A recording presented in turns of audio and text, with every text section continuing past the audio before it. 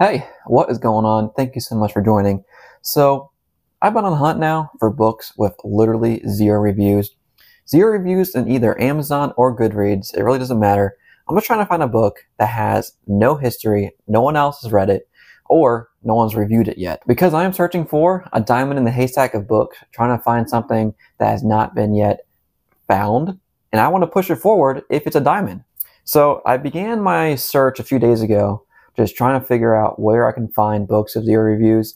And it's actually kind of difficult to filter Amazon, at least, on how to see books with zero reviews at all. So I really just started endlessly scrolling through Amazon, Goodreads, and Twitter, trying to find books with one, had zero reviews, and two, stood out to me. And guess what? I found one. I found a book that had zero reviews and had a really cool cover that drew me in. And I guess you can tell already by the video title, but the book is called Empty Palace by Joseph S. Samaniego. And hopefully I'm saying your last name right. If not, I apologize. And when I'm looking at the book as well, it looks like it's a part of a series called the Carolingian Age. Carolingian Age? Sorry about that. However you say it.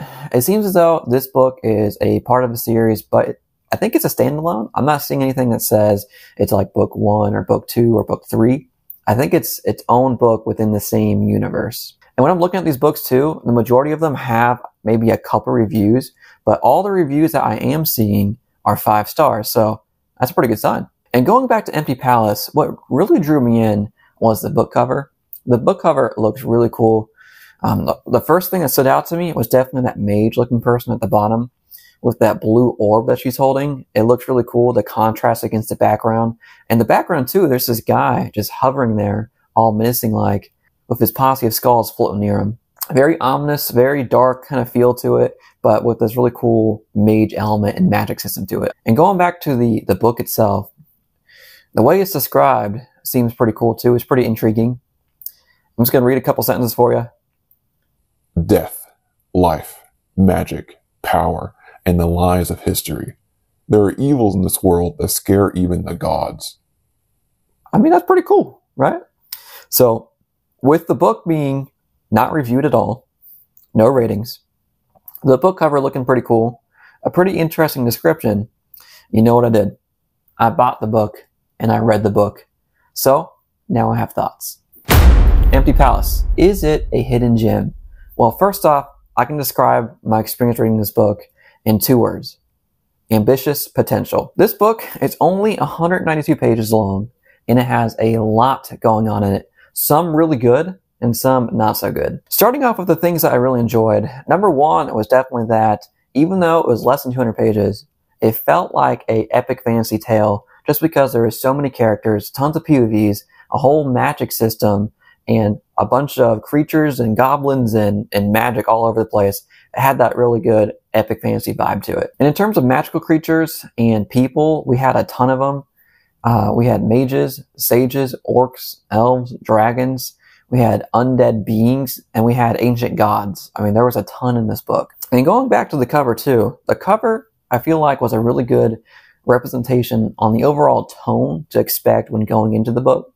The book cover has that ominous and dark feel to it, and the book as well, in terms of the story, you have that same similar vibe. And the story too. The story, it's pretty entertaining, and it starts off really well with this tease of this old ancient city that has this rich history of this horrific events that have taken place back in the day with these old ancient gods that are no longer present. And then really throughout the whole story, we follow a bunch of different POVs on how they're dealing with this rising dark force that's threatening all mortals across the land. And then throughout the story, there's a ton of action scenes that had really good imagery that made you just picture the whole scene in your head as if you're watching a movie. And one comes to mind, it was when this dragon was just ripping apart a city, just destroying everything in its path. It was a really cool scene that stood out to me. Now, this is where I can start getting into some of the critique or the things I did not enjoy that much. Number 1 is definitely context and information dumps.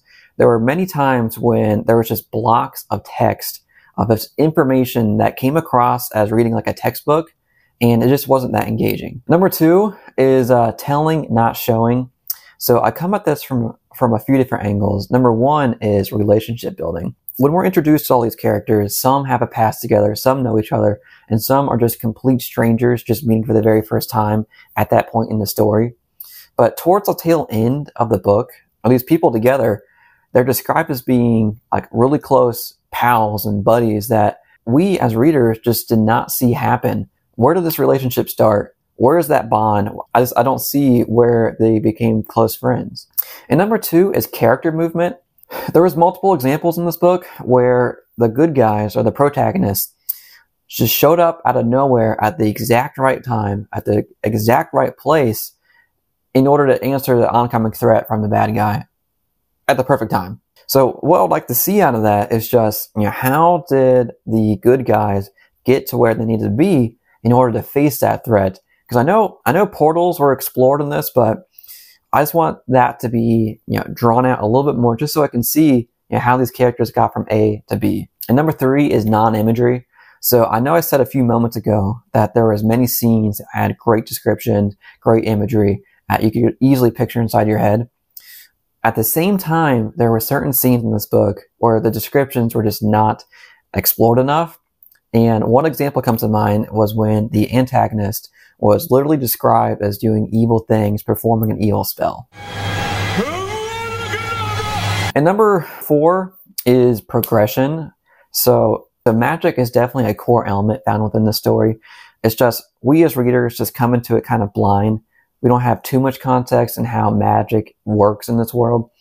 And the characters who are able to perform this magic just somehow know how to do it. Especially the main character too. She has the ability to just do some crazy spells, but we as readers have no idea how she learned how to do this. So I would like for that to be explored a little bit more. And the last thing that kind of stood out to me was just character depth. It was great that there are so many POVs in this book. It's just that since there are so many POVs, I think there wasn't enough time spent on exploring and just broadening the spectrum of each character themselves, just so we can understand, why are they doing what they do? What motivates them? What's their desires? And why should we care about them? So I just want to better understand the characters and really be able to connect with them.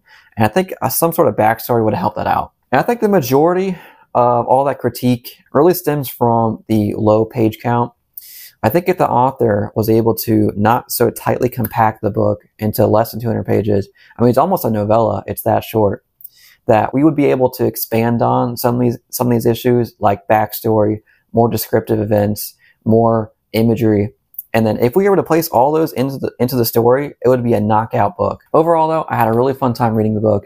It was thoroughly entertaining. Lots of fun characters, lots of fun battle scenes. And again, this book has 0 reviews.